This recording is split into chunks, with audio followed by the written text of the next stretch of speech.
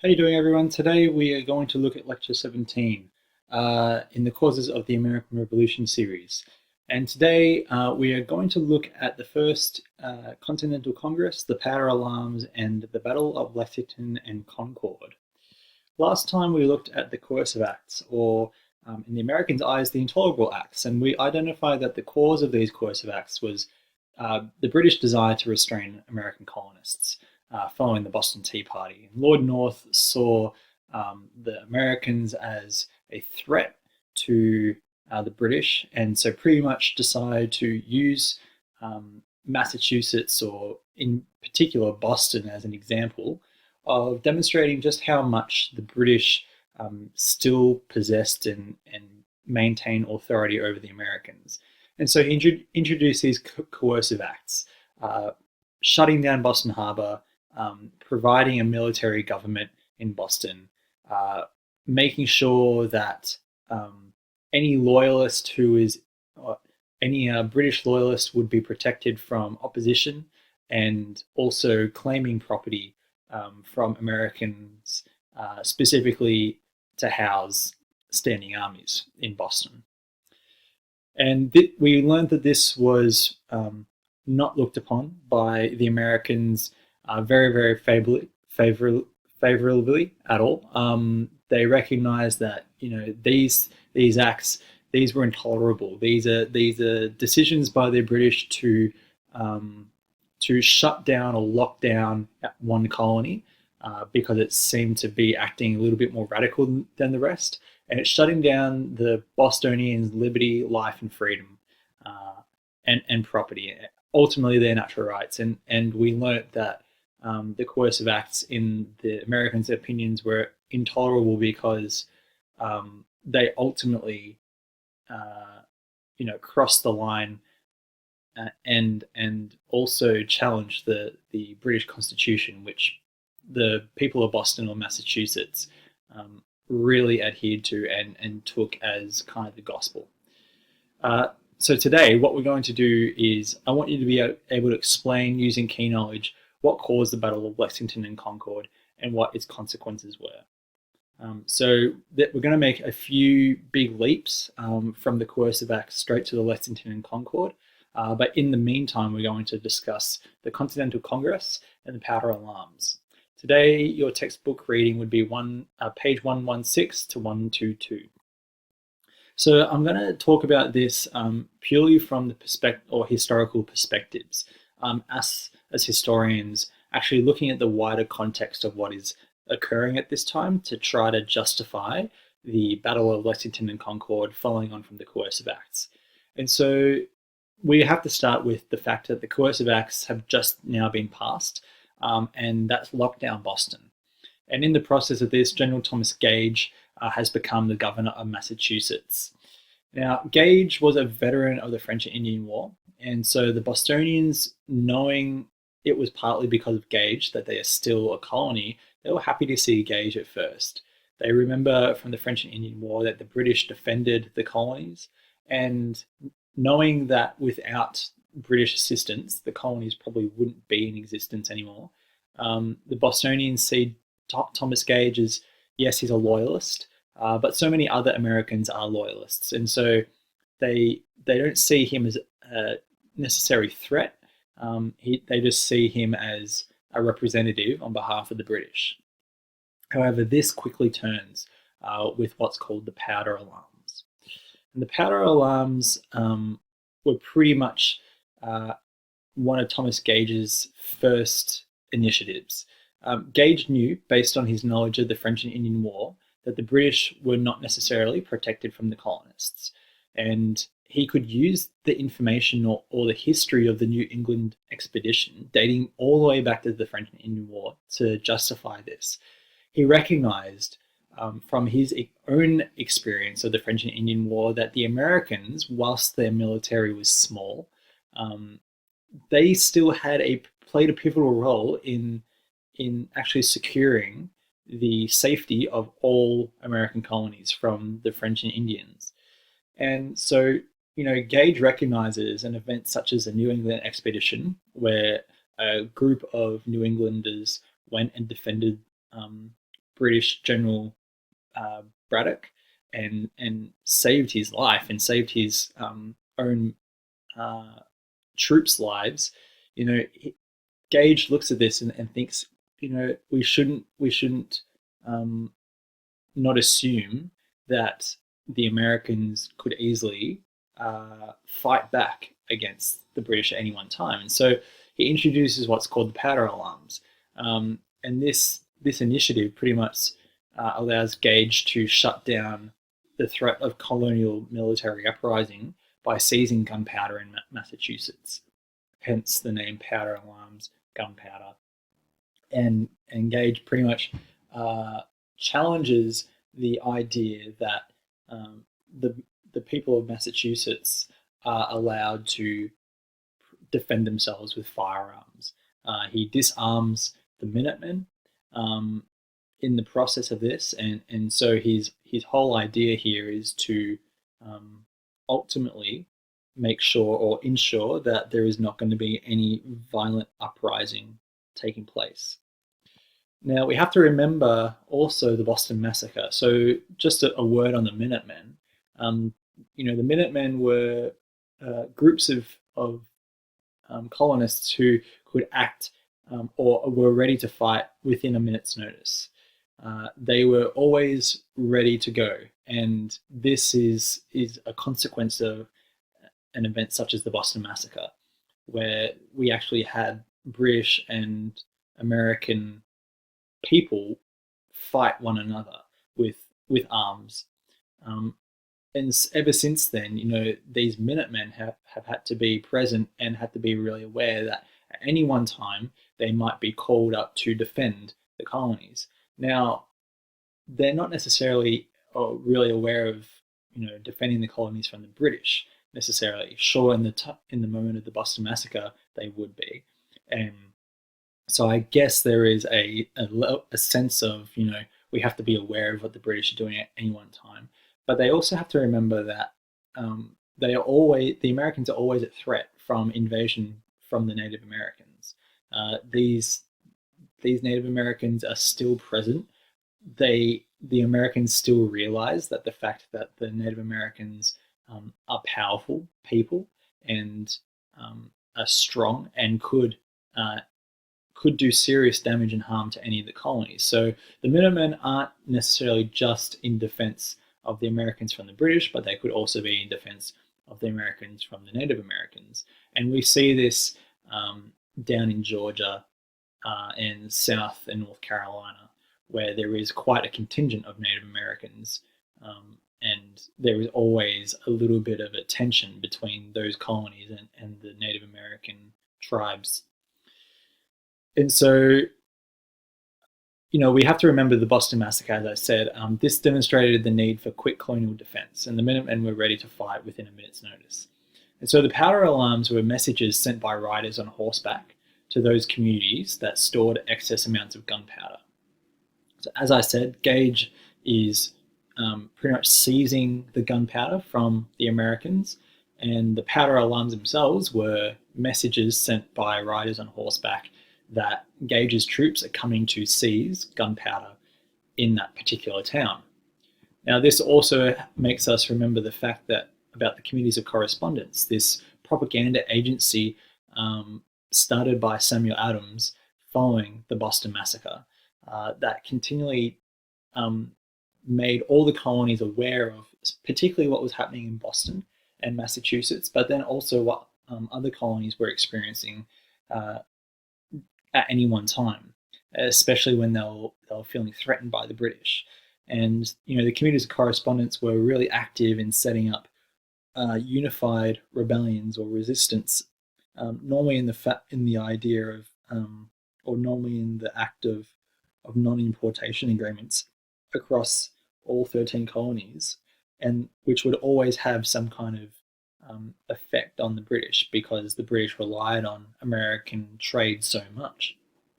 And so we see that the committees of correspondence, they're agencies that communicated issues and often spread propaganda.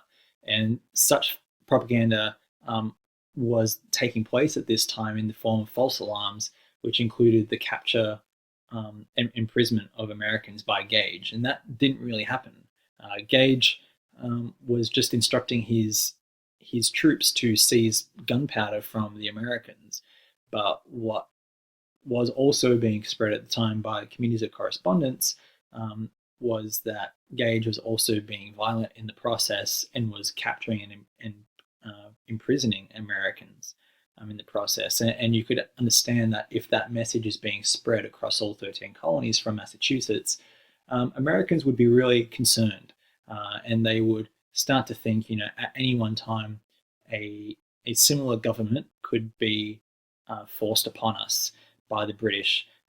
Another officer, such as Thomas Gage, could become our governor, and the British could pretty much just take control or seize the colonies through the process that they have in Massachusetts. So we see these historical perspectives on the powder alarms. The fact that Gage remembers the New England expedition and recognizes that the ability for colonial power and resistance, and he also recognizes, how the colonies, or particularly Massachusetts, has responded to the Boston Massacre with quick defense against the British.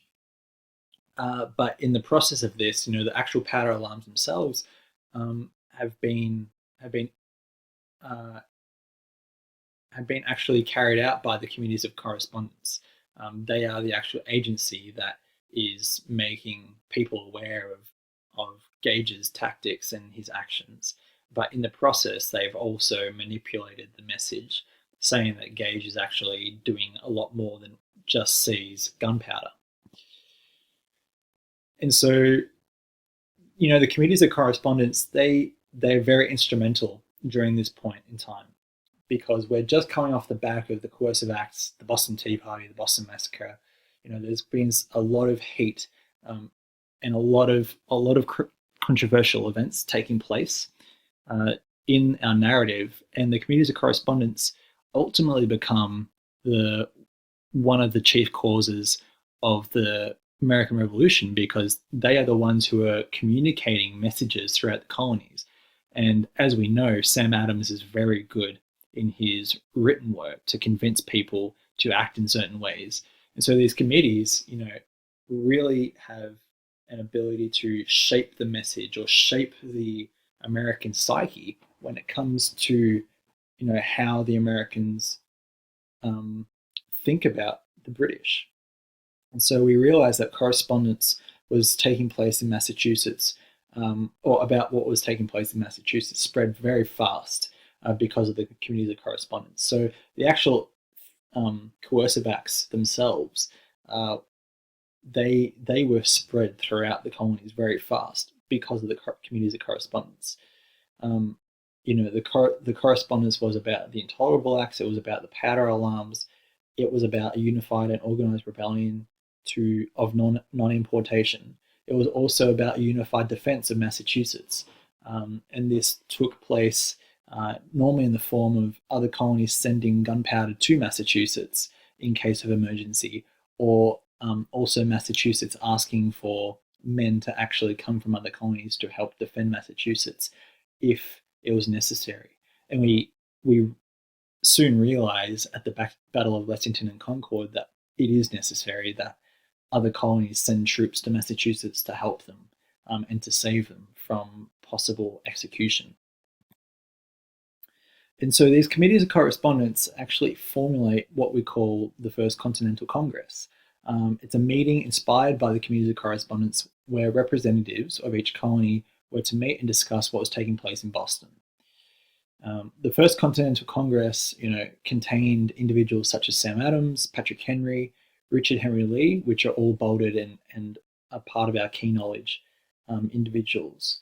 And their main discussion point was, how do we respond to the coercive acts? And they drafted what's called the Articles of Association, which were their grievances towards the monarch, or King George III, and the coercive acts themselves. The committees of correspondence inform all the rest of the colonies what the intolerable acts are actually doing, in addition to what the powder alarms are doing. And so all all the colonies except for Georgia decide, we all have to meet and sit down and all discuss this in one room. How are we as a colony going to respond to such acts, because they could eventually affect us in the long term. Just important to note, Georgia did not attend because of a recent native uprising. So again, this is what I was just talking about. The fact that the Native Americans are still present in our narrative and they never go away. They're going to be consistently popping up throughout the narrative of the American Revolution, and we can't forget them because they are powerful and they definitely hold some sway in the actual outcome of the American Revolution. And so all this kind of snowballs into the Battle of Lexington and Concord. So in a nutshell, what occurs is Thomas Gage's actions or powder alarms, he's seizing gunpowder, leads to his troops approaching a location called Lexington in Massachusetts, where gunpowder is being held. And his troops approach some American colonists who are there to defend the gunpowder. And we're talking about really a really small contingent of colonists, looking eye to eye in the eyes of several very experienced British military. And so the actual depiction or image is pretty much like, if you were looking at it, you would think the British are definitely going to get what they want here, and they ultimately do. The Americans look at the British and say, we can't really stand up against you guys. So some of them start retreating, and as they retreat, a gunshot goes off and actually hits one of the British soldiers. And then the rest is history pretty much. The two groups end up firing on one another, and I guess it's very reflective of what takes place during the Boston Massacre. We hear about how there isn't really any one person named who shoots the gun or shoots the first shot at the Americans from the British side. And likewise, there's no one really named, no one knows who actually shot the first shot at Lexington against the British. But all we know is that the Americans were retreating, but in the process of that, someone shot one of the British, and then there was outright war between the Americans and the British, and that pretty much, this battle ends up snowballing into a larger battle at Concord, which is not very far from Lexington, and sees 12,000 British soldiers arriving after the battle to defend the British who have died, the 130 men who die. And so we realize that the cause of Battle of Lexington and Concord is a challenge of colonial liberties by the coercive acts. It's the Americans recognizing that their liberties are under threat.